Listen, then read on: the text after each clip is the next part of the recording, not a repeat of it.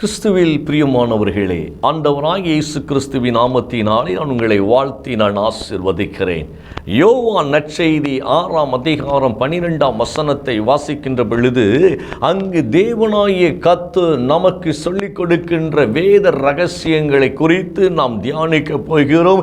நான் விசுவாசிக்கிறேன் இந்த வார்த்தைகள் உங்களுக்கு ஜீவனாய் பலனாய் இருக்கும் என்று சொல்லி பாருங்கள். யோவான் 6ஆம் அதிகாரம் 12ஆம் வசனத்திலே, அவர்கள் திருப்தி அடைந்த பின்பு அவர் தம்முடைய சீசர்களை நோக்கி, ஒன்றும் சேதமாய் போகாதபடிக்கு மீதியான துணிக்கைகளை நீங்கள் சேர்த்து வையுங்கள் என்று சீசர்களுக்கு கட்டளை கொடுக்கிறார். எனக்கு அருமையான தேவ பிள்ளைகளே, ஆண்டவர் ரொம்ப அழகாய் வெளிப்படுத்துகிறதை நாம் பார்க்க முடிகிறது. அவர் என்ன சொல்லுகிறார்? மீதியான துணிக்கைகளை ஒன்றும் சேதமாகாதபடிக்கு நீங்கள் சேர்த்து வையுங்கள்.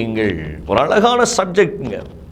தேவனாகிய கர்த்தர் தம்முடைய வாழ்நாட்களிலே அவர் செய்த அற்புதங்கள், மாம்சத்தில் வெளிப்பட்டு வாழ்ந்த நாட்களிலே அதிசயங்களை செய்த பொழுது இந்த காரியமும் தேவனால் உண்டான அதிசயமாய் வெளிப்பட்டிருப்பதை நாம் பார்க்கின்றோம். அவர் என்ன சொல்லுகிறார்?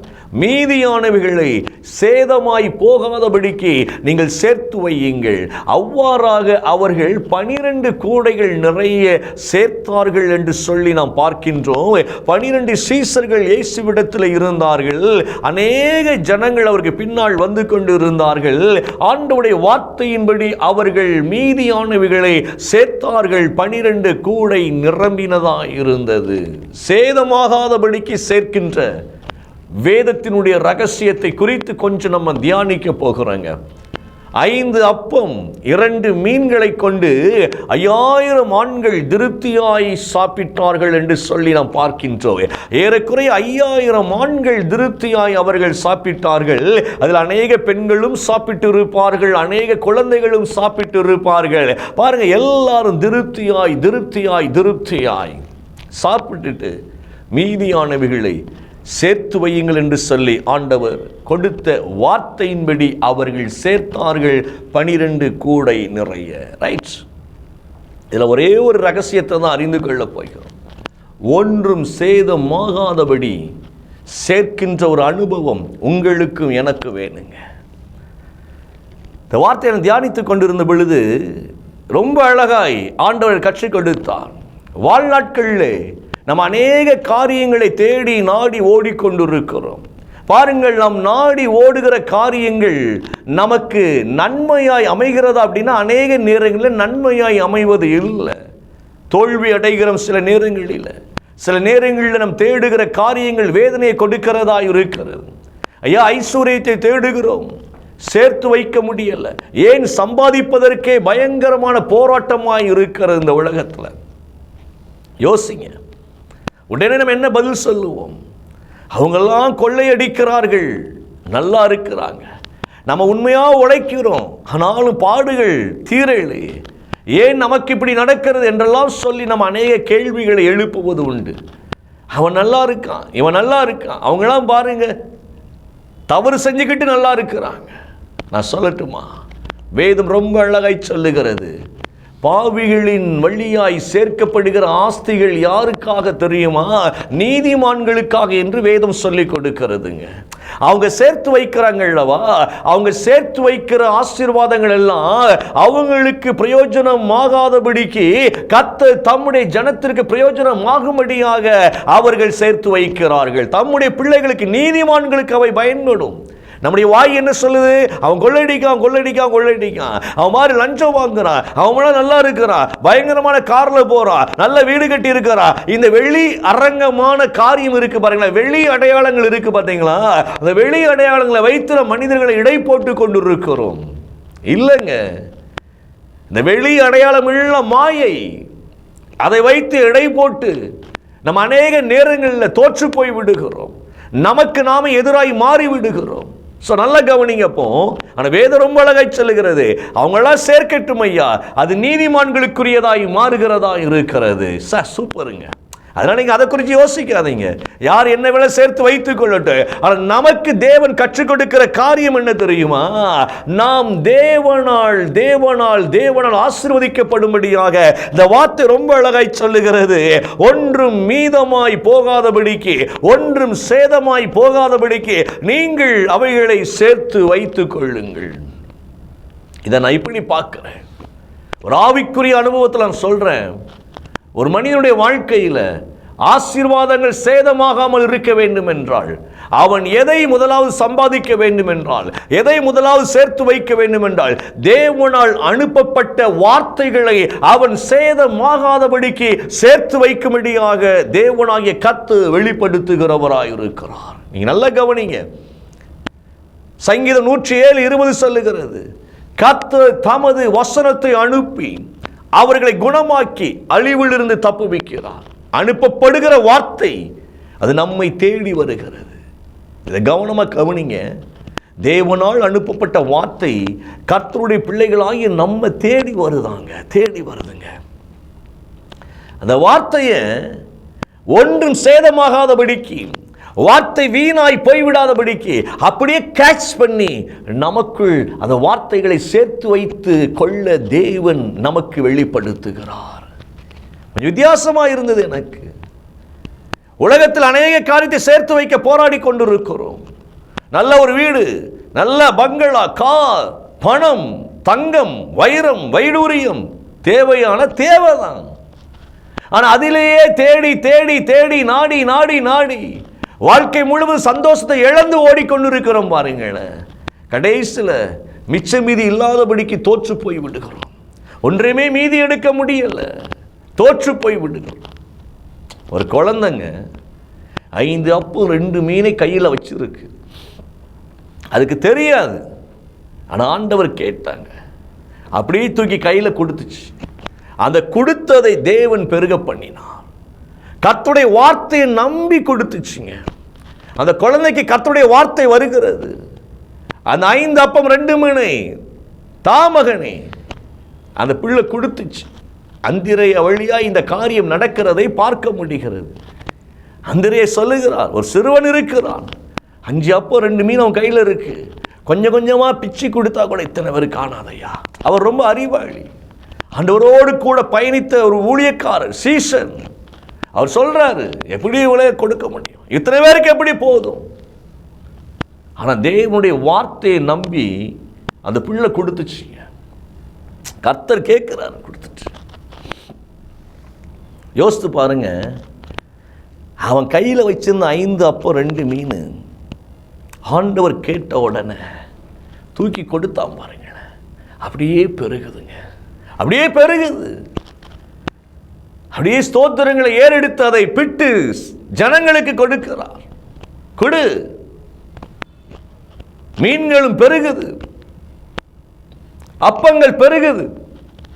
அப்படியே அந்த ஜனங்கள் திருப்தியாய் சாப்பிட்டார்கள்.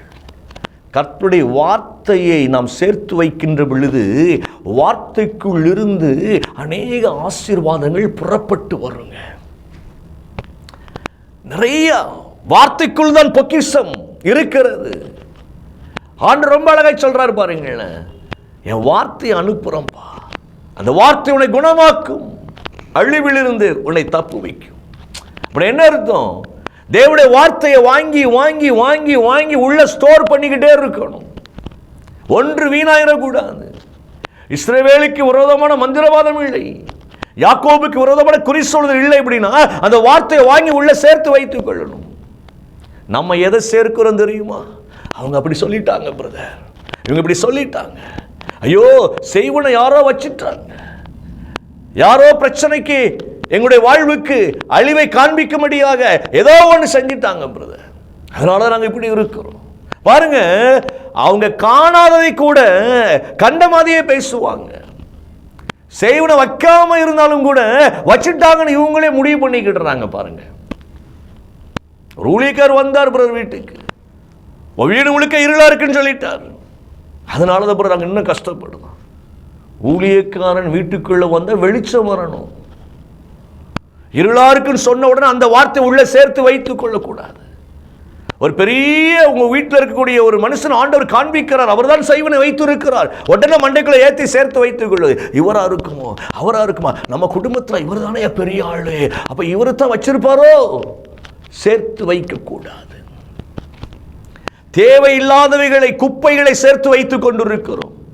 நிறைய குடும்பத்தில் பாருங்களேன், அதாவது அவங்க ஒரு பீரோட எடுத்துக்கிட்டு அப்படின்னோம்னா தேவையில்லாத விஷயத்தை உள்ள சேர்த்து வைத்து இருப்பாங்க. அவங்களுக்கும் பிரயோஜனப்படாது, யாருக்கும் பிரயோஜனப்படாது, அவங்க கொடுக்க மாட்டாங்க. சில குப்பைகளெல்லாம் சேர்த்து சேர்த்து வைப்பாங்க. தூர போடுவதற்கு மனசு வராது. என்னைக்காவது ஒரு நாள் பிரயோஜனப்படுவது, என்னைக்காவது ஒரு நாள் பிரயோஜனப்படும். அது அப்படியே சேர்ந்து கடைசிக்கு பிரயோஜனப்படாம கெட்டு போய்விடும். தேவையில்லாத சேர்த்து வைக்கிற அனுபவம் இன்னைக்கு நமக்கு நிறைய இருக்கு. என்னைக்கோ பேசுற வார்த்தைகளை சேர்த்து உள்ள வைத்து கலங்கி கொண்டிருப்போம். யாரோ சொல்லியிருப்பாங்க, உன் பிள்ளை விளங்காது அப்படி சொல்லியிருப்பாங்க. அதை இன்னைக்கு வரைக்கும் மைண்ட்ல வைத்து சேர்த்து வைத்து அதை அப்படியே பேசிக்கிட்டே இருப்போம். இந்த மனுஷனே கல்யாணம் கட்டி இருக்கு, அது மண்டைக்களை ஏற்றி அப்படியே சேர்த்து வைத்து ஐயோ இப்படி சொல்லிட்டாங்களேன்னு சொல்லி கடைசியில் கணவனே வெறுக்கக்கூடிய அளவுக்கு அது காயமாய் மாறி விடுகிறது. ஏமன் எவ்வளவு அழகா இருக்க, போய் இவனை கட்டியிருக்க, மண்டையில முடியலையே, கருப்பா இருக்கிறான். உள்ள உடனே அதை சேர்த்து வைத்து காயமாகி கணவர் பக்கம் வெறுப்பை கொட்டுவதற்கு அது காரணமாய் மாறுகிறது. நீங்கள் எதை சேர்த்து வைக்கிறீர்கள்? ரொம்ப முக்கியமான ஒரு காரியங்க. எதை சேர்த்து வைக்கிறீர்கள்? வேதம் ரொம்ப அழகாய் சொல்லுகிறது, நல்லா கவனித்துக் கொள்ளுங்களேன். யாத்ராகமத்தில் 14ஆம் அதிகாரம் 20ஆம் வசனம் ரொம்ப அழகாய் சொல்லுகிறது, மோசையின் சொல் கேளாமல் சிலர் அதில் விடியற்காலம் மட்டும் கொஞ்சம் மீதியாய் வைத்தார்கள். தேவையில்லாத ஒன்றை சேர்த்து வைக்கிறார்கள். ஆண்டவர் சொல்றாரு மோசேட்ட, ஜனங்கள்கிட்ட சொல்லுப்பா, மன்னா பொழிய போகிறேன், காடைகளை கொடுக்க போறேன், ஜனங்கள் முறுமுறுக்கிறாங்க, ஜனங்கள் எனக்கு எதிராக பேசுறாங்க, அதனால திருப்தியாய் அவர்களுக்கு நான் உணவளிப்பேன், கவலைப்படாதுன்னு சொல்லு அப்படின்னு சொல்லும் பொழுது தினமும் மன்னாவை பொழிஞ்சிருவேன். ஆனா தேவைக்கு ஏற்றாற்போல் அதை பொறுக்கிக் கொள்ள வேண்டும். தலைக்கு ஒரு ஓமர் வீதம் பொறுக்கிக் கொள்ள வேண்டும். நிறைய பொறுக்கினவங்களுக்கு குறைவும் ஏற்படலை, குறைய பொறுக்கினவங்களுக்கு அவங்களுக்கு எந்த குறையும் ஏற்படலை, மிகுதியாகவும் அவங்களுக்கு இல்லை. கரெக்டா எல்லாம் நடந்துச்சு, சரியான அளவு பொறுக்கினார்கள். ஆனா என்ன செஞ்சிட்டாங்கன்னா, மீதி வைக்காதபடிக்கு அன்னைக்கே காலி பண்ணிடணும் ஆண்டவர் சொல்லிட்டார். சாப்பிட்டு திருப்தியாய் நல்லா தூங்கு. நம்ம ஆட்களுக்கு என்ன பயம்?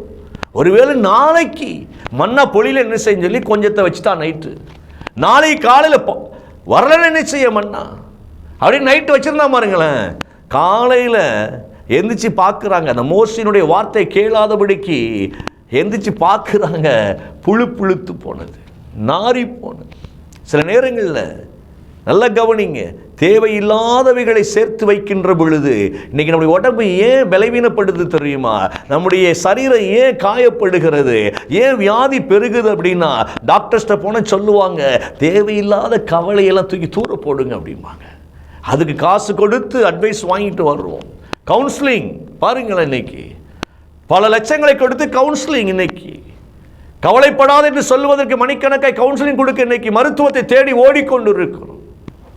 ஏதோ ஒரு காரியம் யாரோ பேசுறது உள்ள உட்கார்ந்துக்கிட்டு உங்களை பலவீனப்படுத்தி கொண்டு, என் மனைவி சரியில்லை, என் புருஷன் சரியில்லை, அவங்க பேசுறது சரியில்லை, என் மாமியார் சரியில்லை, அவங்க பேசுறது சரியில்லை, உள்ள வச்சு வச்சு வச்சு வச்சு டிப்ரெஷன். தேவையில்லாத வீடு உள்ள வைக்கின்ற பொழுது டிப்ரெஷன் ஆயிரும், சரீரம் பலவீனப்பட்டு விடும், வாழ்க்கை நாரிடும், புழுத்துரும், வாழ்க்கை எதிர்க்க முடியல. இங்க அதைத்தான் பார்க்கிறோம். மீதியாய் வைத்தார்கள், அது பூச்சி பிடித்து நாற்றம் எடுத்தது.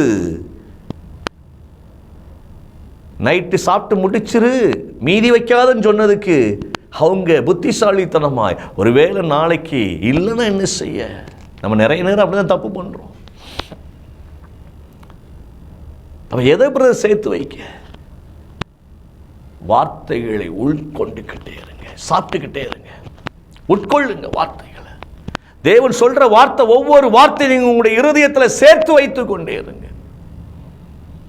மரியாள் தேவ சமூகத்தில் கர்த்தருடைய வார்த்தையை அவர்கள் கேட்கும்படியாக அவர்கள் இருந்தார்கள். தேவனுடைய வார்த்தையை அப்படியே கேட்டுக்கொண்டிருக்கிறாங்க. அவங்க மார்த்தாளோ பற்பல வேலைகளை செய்வதிலே தீவிரமாய் இருக்கிறார்கள், நிம்மதி இல்லை. ஆனால் மரியாள் நிம்மதியா இருக்கிறாங்க. தேவனுடைய வாயிலிருந்து புறப்படுகிற வார்த்தை எப்படிப்பட்ட வார்த்தையா, பாதத்தில் அமர்ந்திருந்து அப்படியே கேட்டுக்கிட்டு இருக்காங்க. பாருங்களேன், சூப்பராக கேட்டுக்கிட்டு இருக்கிறாங்க. ஒரு கோபம் இல்லை அவங்களுக்கு, ஒரு வருத்தம் இல்லைங்க, எந்த விதத்தில் அவங்க போராடலை, ஜாலியாக அப்படி உட்காந்து கேட்டுட்டு இருக்கிறாங்க. நான் நீ சொல்கிறேன், நீங்கள் ஜாலியாக இருப்பதற்கு ஒரு வழி இருக்கு.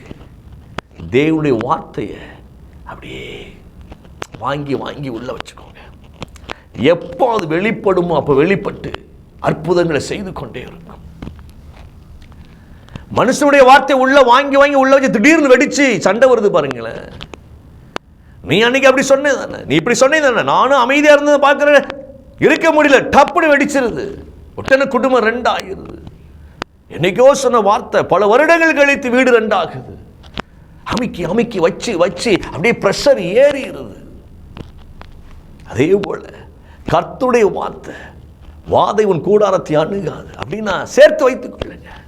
ஒரு பிரச்சனை வரும்போது டக்கு இந்த வார்த்தை போய் அந்த வாதையை உடைச்சி காலி பண்ணிடும். உன்னை சேதமாக்காதபடிக்கு பாதுகாத்துக் கொள்ளும். பொல்லாப்பு உனக்கு நேரிடாது.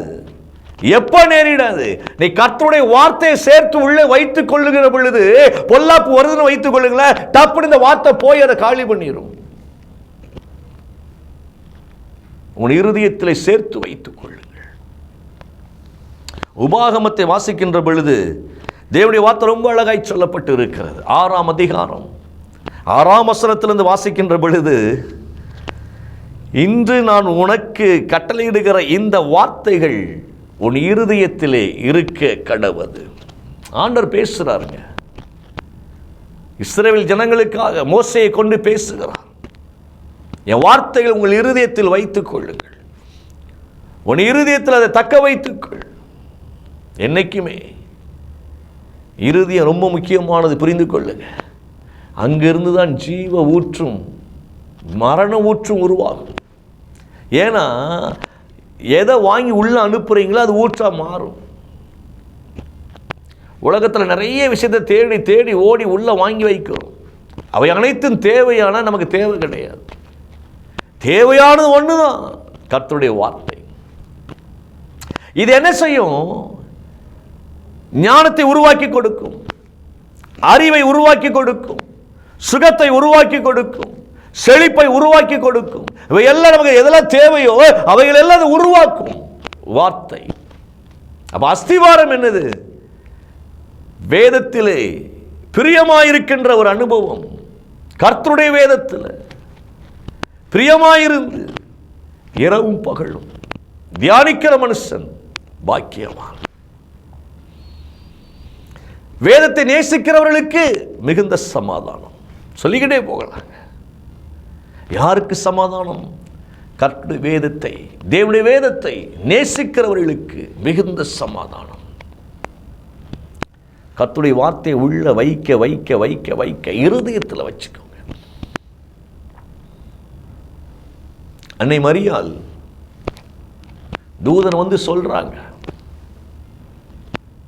நீ ஒரு குமாரனை பெற்றெடுக்க போகிறாய், நீ ஒரு குமாரனை பெற்றெடுக்க போகிறாய். அவங்க உடனே சொல்றாங்க, கணவனை அறியலையே. இல்லைம்மா, பரிசுத்த ஆவியானவர் உன்னிடத்தில் நிழலிடுவார், ஆவியானவர் உன்னை மூடுவார், இந்த உலகத்தின் மீட்பர் உன்னிடத்தில் புறப்படுவார்.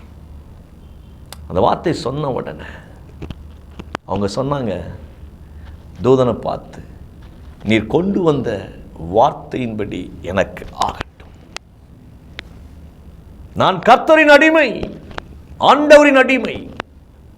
அவர் தானே உங்களை அனுப்பி இருக்கிறாரு. இந்த வார்த்தையை ஏற்றுக்கொள்ளுகிறேன், ஆமேன் என்று ஏற்றுக்கொள்ளுகிறேன். ஆகட்டும் ஆகட்டும். ஒரு தடவை சொன்னாங்க, கணவனை அறியலையே என உலகம் திருமணம் முடித்து கணவனை அறிகிற பொழுதுதான் ஒரு குழந்தை பிறக்க வாய்ப்பு இருக்கிறது. அதுவரைக்கும் நடக்காத ஒன்றை தூதன் கொண்டு வருகிறார். உலகத்தின் மீட்பை தேவனிடத்திலிருந்து புறப்பட்டு கொண்டு வருகிறார். அதற்கு ஒரு ஆள் தேவை. மரியாளை தெரிந்து கொள்ளுகிறார் ஆண்டவர். தெரிந்து கொண்டு சொல்லுகிறார், உன் வழியாய் பிறக்கப் போகிற குழந்தையானது உலகத்தை கலக்கப் போகிறது, மீட்பை கொடுக்க போகிறது, ரட்சகர் பிறக்கப் போகிறார். டக்குன்னு முடிவு பண்ணாங்க. யோசேப்பிட்ட போய் கேட்கல. இப்படி தூதன் வந்து சொல்றாரு, ஏற்றுக்கொள்ளவா? இல்லை தூதன்ட்டே அவங்க சொல்லலை, நிச்சயிக்கப்பட்ட கணவன்ட்டையாவது சொல்லிக்கிடுறாங்க. வார்த்தை உள்வாங்கினாங்க. உடைய வார்த்தையின்படி ஆகட்டும் சொன்னாங்க. பாருங்களேன், யோசேப்பை கர்த்தர் சரி பண்ணினார், ஊர் ஜனங்களை கர்த்தர் சரி பண்ணினார், குடும்பத்தாரை கர்த்தர் சரி பண்ணினார். எவனும் சதி பண்ண முடியாதபடிக்கு கர்த்தர் சரி பண்ணினார். யாராலும் சதி பண்ண முடியல. யோசேப்பு கூட நினைக்கிறாரு, ரகசியமாய் தள்ளிவிட, டிவோர்ஸ் கொடுத்துடலாம், கல்யாணம் முடிக்கல, நிச்சயிக்கப்பட்டு இருக்கிறது, ஆனால் கரு உண்டாயிருக்கிற கேள்விப்பட்டுட்டார், ரகசியமாய் தள்ளிவிட. ஆண்டவர் தூதன் அனுப்பிட்டார், டேய் ஜாக்கிரதை, அந்த குழந்தை என்னுடைய குழந்தை, உன் மனைவி மரியாதை சேர்த்துக்கொள்ள தயங்காத, உலகத்தின் மீட்பர் உங்களுக்குள் இருந்து உருவாக போகிறார். பாருங்க, மரியாள் போய் கெஞ்சல, என்னை மன்னிச்சுக்கோங்க அப்படிலாம் அவங்க போய் பேசல. கர்த்தரே போயிட்டார். தேவனே யோசேப்பை சரி பண்ணும்படியாய். ஏன் சொல்றேன்னா, நீங்க வார்த்தையை உள்வாங்கிட்டீங்கன்னா சுற்றி இருக்கிற சூழ்நிலைகளை கர்த்தர் சரி பண்ணுகிறவராய் இருக்கிறார். இருதயத்தில் வார்த்தையை வச்சுட்டீங்கன்னு வைத்துக் கொள்ளுங்களேன், உன் எதிரான காரியங்களை நீ போராடவே வேண்டாம், தேவனே அதை சரி செஞ்சிருவார். வார்த்தை சரி செஞ்சிரும். வார்த்தை அனுப்பி அற்புதத்தை தேவன் செய்கிறவர். ரொம்ப முக்கியங்க இதெல்லாம்.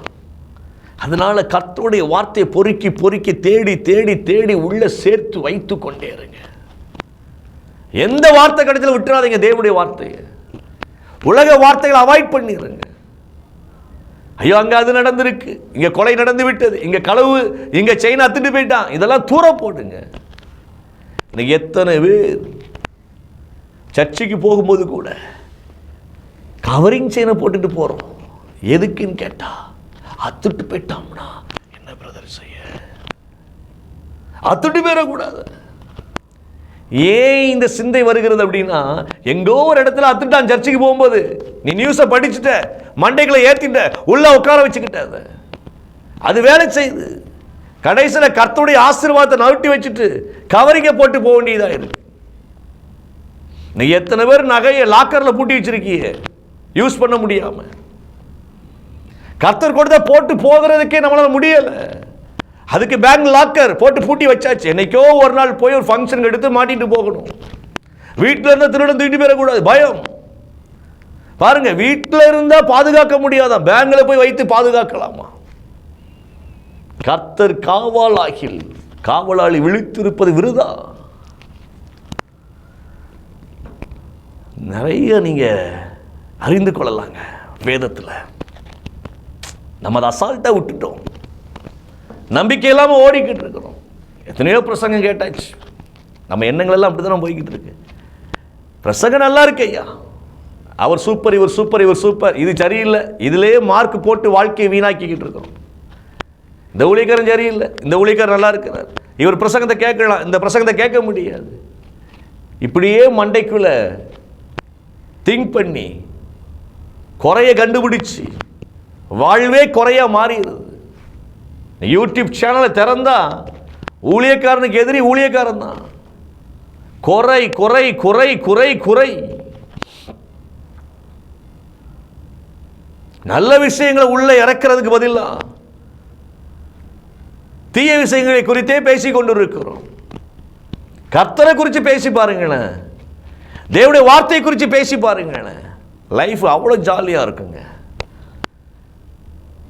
தீர்மானம் பண்ணுங்க. இந்த வார்த்தை ரொம்ப ஒரு அழகான வார்த்தை. ஜாலியாக சேர்த்து வைத்து என்ஜாய் பண்ணுங்க கர்த்தருடைய வார்த்தை. நீங்கள் வார்த்தை சேர்த்து வைக்க ஐஸ்வர்யமும் ஆசீர்வாதம் நிரம்பி வழியும்படியாய் கர்த்தர் அற்புதங்களை செய்கிறவராய் இருக்கிறார். கண்களை மூடுவோமா? ஒப்பு கொடுங்க ஆண்டவர்கிட்ட. எத்தனையோ தேவ வார்த்தை புறப்பட்டு வருகிறது. வானம் பூமி ஒளிந்து போனாலும் கர்த்தருடைய வார்த்தை ஒழியாது. தங்கம் காணாமல் போயிடலாம், வீடு காணாமல் போயிடலாம், சொத்துக்கள் காணாமல் போயிடலாம், ஆனால் வார்த்தை சாகாது, காணாமல் போகாது. எதற்காய் தேவன் அனுப்பினாரோ அதை நிறைவேற்றாமல் வெறுமையாய் தேவன் பக்கம் திரும்பாது. நீங்கள் நல்லா இருப்பீங்க, ஆசீர்வாதமாக இருப்பீங்க. ஆனால் ஒன்னே ஒன்று மட்டும் கற்றுக்கொள்ளுங்க. யார் என்ன காரியத்தை கொண்டு வந்தாலும் அவாய்ட் பண்ணிட்டு அது தேவனுடைய வார்த்தைக்கு சம்பந்தப்பட்டதா என்பதை மாத்திரம் ஆராய்ந்து பார்த்து கர்த்தருக்கு பிரியமானதை உங்கள் இருதயத்தில் சேர்த்து வைத்துக் கொள்ளுங்கள். தேவனுடைய விருப்பத்தை உங்கள் இருதயத்தில் சேர்த்து வைங்க. நீங்கள் வாழ்வீங்க, சந்ததியை காண்பீர்கள், சந்ததிகளின் சந்ததிகளையும் காண்பீர்கள். உங்கள் குடும்பம் ரொம்ப நல்லா இருக்கும். கவலைப்படாதீங்க. பிதாவே, எங்கள் பிள்ளைகளை ஆசீர்வதிக்கிறேன். இயேசுவின் நாமத்தினுடைய கரத்தில் ஒப்புக்கொடுக்கிறான். இந்த வார்த்தை பிள்ளைகளுக்கு பலனாய் மாறுவதாக. நாங்கள் அறியாமலோ ஆண்டவரே இல்லை நிர்பந்தத்தினாலோ சூழ்நிலைகளினாலோ உலகத்தை எங்கள் இருதயத்தில் சேர்த்து வைத்து பலவீனப்பட்டுறோம் ஆண்டவரே. ஆனால் இன்னைக்கு இந்த வார்த்தையின்படி எங்களை ஒப்புக்கொடுக்கிறோம். எங்கள் இருதயம் பலனடைவதாக. கேட்டுக்கொள்ளுகிற பிள்ளைங்க வாழ்க்கை பலனாய் மாறட்டும், அற்புதங்கள் உண்டாகட்டும். இயேசுவின் நாமத்தில் நான் பிள்ளைகளை ஆசீர்வதிக்கிறேன். நல்ல பிதாவே, ஆமென், ஆமென்.